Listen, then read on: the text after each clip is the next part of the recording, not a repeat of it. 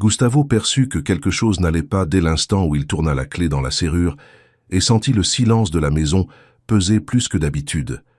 L'air semblait dense, chargé d'une tension invisible. Avant qu'il puisse réagir, une main forte le tira à l'intérieur du placard de service, étouffant tout cri. L'odeur de produits ménagers envahit ses narines, tandis que son corps était plaqué contre la paroi étroite. Son cœur s'emballa dans la panique. Quand ses yeux s'habitèrent à la pénombre, il reconnut Rosa, la femme de ménage, le visage envahi par le désespoir. Elle tremblait de tout son corps, luttant pour garder son calme, tandis qu'elle chuchotait qu'il ne devait pas faire de bruit, qu'on essayait de le tuer. Gustavo tenta de se libérer, mais il s'arrêta quand Rosa entr'ouvrit la porte du placard, révélant le salon illuminé. Là se trouvaient Vanessa et Rogerio, riant tranquillement, trinquant au champagne, comme si rien n'était anormal. L'esprit de Gustavo refusait d'accepter ce qu'il voyait. Vanessa, son épouse, faisait tourner son verre avec élégance, portant la robe rouge qu'il lui avait achetée lors d'un voyage en Italie. Rogerio, son frère, semblait trop détendu, commentant la météo, les affaires. Combien Gustavo tardait à arriver. Chaque mot transperçait la poitrine de Gustavo comme une lame. Quand Rogerio demanda si la dose de ce jour-là avait été suffisante, le monde de Gustavo s'effondra. Il comprit tout en quelques secondes. Les vertiges, le goût métallique dans le jus, les médecins étrangement calmes, les nuits de sueur froide. Ce n'était pas le stress. C'était un empoisonnement. Rosa soutint son corps quand ses jambes fléchirent. Elle était petite, mais semblait avoir une force qui venait d'ailleurs que des muscles. Vanessa commenta, en riant, qu'elle avait doublé la dose ce matin-là et que dans quelques jours, tout serait réglé. Une crise cardiaque convaincante, un mari mort, une fortune propre. Rogerio compléta le plan avec naturel, mentionnant des documents prêts, des médecins achetés et une interdiction judiciaire au cas où Gustavo survivrait. Il ne voulait pas seulement le tuer, il voulait l'effacer. Le désespoir se transforma en fureur. Gustavo tenta d'avancer, mais Rosa le retint. Le bruit de l'aspirateur qui tombait dénonça la cachette. Des pas s'approchèrent. Sans réfléchir, Rosa fit tomber des caisses dans la pièce voisine, créant une distraction parfaite. Pendant que les deux conspirateurs couraient vérifier le bruit, Rosa tira Gustavo par le couloir de service. Chaque pas était une lutte. Le poison brûlait de l'intérieur. Ils s'échappèrent par l'arrière de la maison, traversèrent le jardin et disparurent dans la nuit. La voiture de Rosa était vieille, bruyante, mais à cet instant, elle semblait le seul abri possible. Elle conduisait avec fermeté, bifurquant dans des rues que Gustavo n'avait jamais empruntées. Quand il demanda d'aller à la police, Rosa lui arracha le téléphone des mains et expliqua que personne là-bas n'était fiable. Le délégué, les médecins, tous faisaient partie du même jeu. Rosa jeta la montre chère et le téléphone dans une benne pour rompre le traçage. Cela blessa Gustavo plus que perdre de l'argent. C'était la fin définitive de la vie qu'il avait connue. La douleur augmentait au fur et à mesure qu'ils avançaient. Gustavo convulsa sur le siège passager écumant, et Rosa criait pour qu'il ne meure pas là. Elle le conduisit dans la communauté où elle vivait, un endroit que Gustavo ne connaissait que par les vitres blindées de sa voiture. Des baraques, des fils électriques apparents, des enfants qui couraient, de la musique forte. Là, paradoxalement, il était plus en sécurité que dans n'importe quel hôpital de luxe. Rosa le traîna jusqu'à sa maison, simple, propre, sentant le savon et les herbes. Elle l'allongea sur le canapé, le soigna avec de l'eau froide, des compresses sur le front et des paroles fermes. Pendant des jours, Gustavo flotta entre délires et conscience, appelant sa mère, son épouse, demandant pardon. Rosa ne s'éloigna pas. Elle le nourrit quand il put avaler, l'aida à marcher, nettoya les vomissures sans se plaindre. Pour elle, il n'y avait pas de patron là. Il y avait un homme qui luttait pour survivre. Quand Gustavo put enfin se tenir debout, la réalité frappa fort. La télévision montrait Vanessa en larmes devant les caméras, accusant Rosa d'être une maîtresse et responsable de la disparition.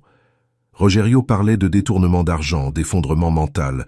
Le nom de Rosa était traîné dans la boue devant des millions de personnes. Elle s'effondra en voyant sa propre photo affichée comme criminelle. Pour Rosa, cela était pire que mourir. C'était perdre l'honneur. Gustavo éteignit la télévision et promit qu'il nettoierait son nom. Pour la première fois depuis le début de tout cela, il ne parlait pas comme un entrepreneur, mais comme un homme. Il dit qu'il ne fuirait pas, qu'il n'accepterait pas ce mensonge. Rosa tenta de rire de l'idée, mais savait qu'ils étaient acculés. Pourtant, elle accepta d'écouter le plan. La soirée de gala annoncée par Rogerio serait la seule chance. La maison serait pleine, les failles de sécurité restèrent les mêmes, et Rosa connaissait chaque défaut mieux que n'importe quel ingénieur. Elle se prépara en enfilant l'ancien uniforme, reprenant la posture invisible qu'elle avait apprise au fil des ans. Gustavo l'observait avec un mélange d'admiration et de culpabilité. Il n'avait jamais remarqué à quel point cette invisibilité était une arme. Avant de partir, il lui remit un téléphone simple pour rester en contact. Il lui demanda de revenir. Rosa promit. Pas pour lui, mais pour elle-même. Quand Rosa disparut dans la nuit, Gustavo sentit quelque chose de nouveau grandir dans sa poitrine. Ce n'était pas la peur, c'était la détermination. Il n'allait pas récupérer seulement l'entreprise. Il luttait pour la seule personne qui était restée à ses côtés quand tout s'était écroulé. Rosa avança par l'arrière de la mansion avec le cœur battant si fort qu'il semblait la dénoncer. Le jardin n'était éclairé que par les lumières indirectes de la fête, créant de longues ombres qui l'aidaient à rester invisible. Elle connaissait ce chemin mieux que n'importe quel invité élégant. Elle savait où le sol grinçait, où la caméra ne portait pas, où le capteur défaillait depuis des mois. Chaque pas était calculé, silencieux, précis. L'uniforme bleu clair fonctionnait comme un déguisement parfait. Personne ne remettait en question une femme de ménage au milieu du chaos d'une grande réception. À l'intérieur de la maison, l'ambiance était de célébration déguisée en deuil. Les employés couraient avec des plateaux, les musiciens accordaient leurs instruments, les invités riaient trop fort. Rosa gardait la tête baissée, tenant un chiffon comme si elle avait une destination claire. Quand elle croisa deux serveurs, elle n'entendit qu'un grognement impatient. Personne ne regarda son visage. C'était exactement ainsi que cela avait toujours été. Elle monta par l'escalier de service, sentant la sueur couler dans son dos. Le deuxième étage était plus silencieux, étouffé par l'épaisse moquette.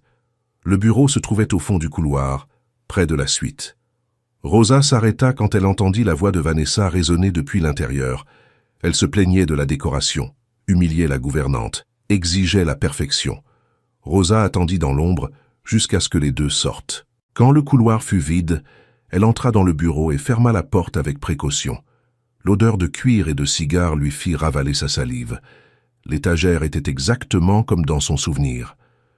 Troisième rayon à gauche. Le livre factice. Ses mains tremblaient quand elle actionna le mécanisme et tapa le code qu'elle avait mémorisé en dépoussiérant les cadres photos. Le compartiment s'ouvrit. Il y avait le flacon de verre, presque vide, et les documents confirmant l'interdiction planifiée de Gustavo. Rosa sentit les larmes menacées de couler. C'était la preuve de tout.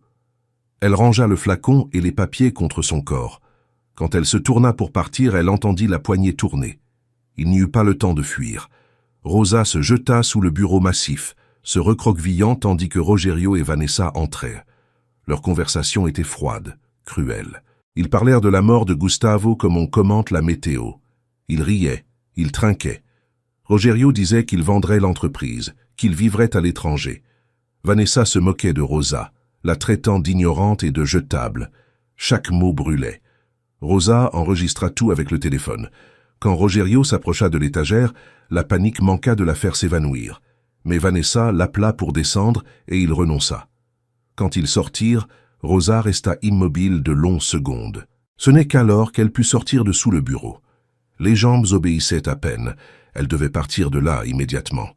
Dans le couloir, elle tomba nez à nez avec Mathilde, la gouvernante. La reconnaissance fut instantanée. Mathilde hurla, appelant la sécurité. Rosa agit par instinct. Elle poussa la femme dans le placard à linge et l'enferma. Les cris restèrent étouffés. Il n'y avait pas le temps de réfléchir. Rosa courut jusqu'au sous-sol et s'échappa par la même fenêtre par laquelle elle était entrée, déchirant l'uniforme au passage. 2 pâtés de maison plus loin, Gustavo marchait en cercle, comptant les minutes. Quand il vit Rosa courir dans sa direction, il sentit tout son corps se détendre. Il l'étreignit fortement, soulagé de la voir vivante. Elle lui remit le flacon et raconta rapidement ce qu'elle avait entendu. Il n'y avait plus de doute. Ils avaient tout. Ils changèrent de vêtements dans la voiture à la hâte. Gustavo enfila l'ancien costume, l'ajustant sur son corps encore faible. Rosa mit la robe simple qu'elle avait trouvée dans la mansion. Sans l'uniforme, elle semblait une autre personne.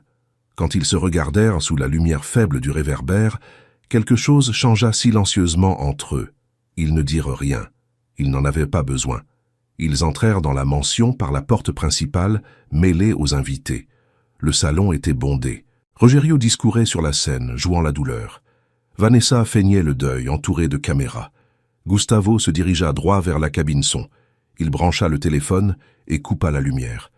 Le salon plongea dans l'obscurité. Puis, l'enregistrement démarra. La voix de Vanessa résonna dans la salle, confessant tout. Son rire sonnait monstrueux, amplifié par les enceintes. Le public se figea. Quand la lumière revint, Gustavo était à la porte, main dans la main avec Rosa. Le choc fut immédiat. Rogerio perdit toute couleur. Vanessa laissa tomber son verre. Gustavo traversa le salon tandis que les gens s'écartaient. Il monta sur la scène. Il montra le flacon, les documents, expliqua calmement le plan d'assassinat.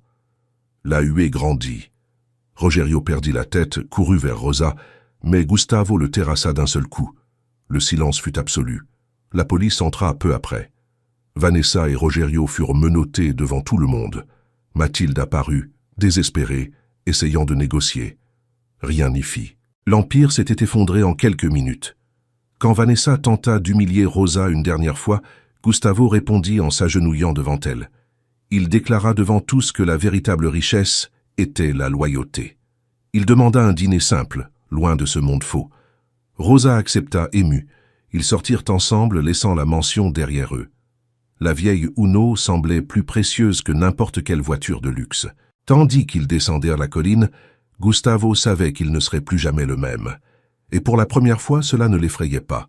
Ils suivirent la route silencieuse, tandis que la ville se réveillait derrière eux. Gustavo conduisait attentivement, sentant le corps encore fragile, mais l'esprit enfin clair.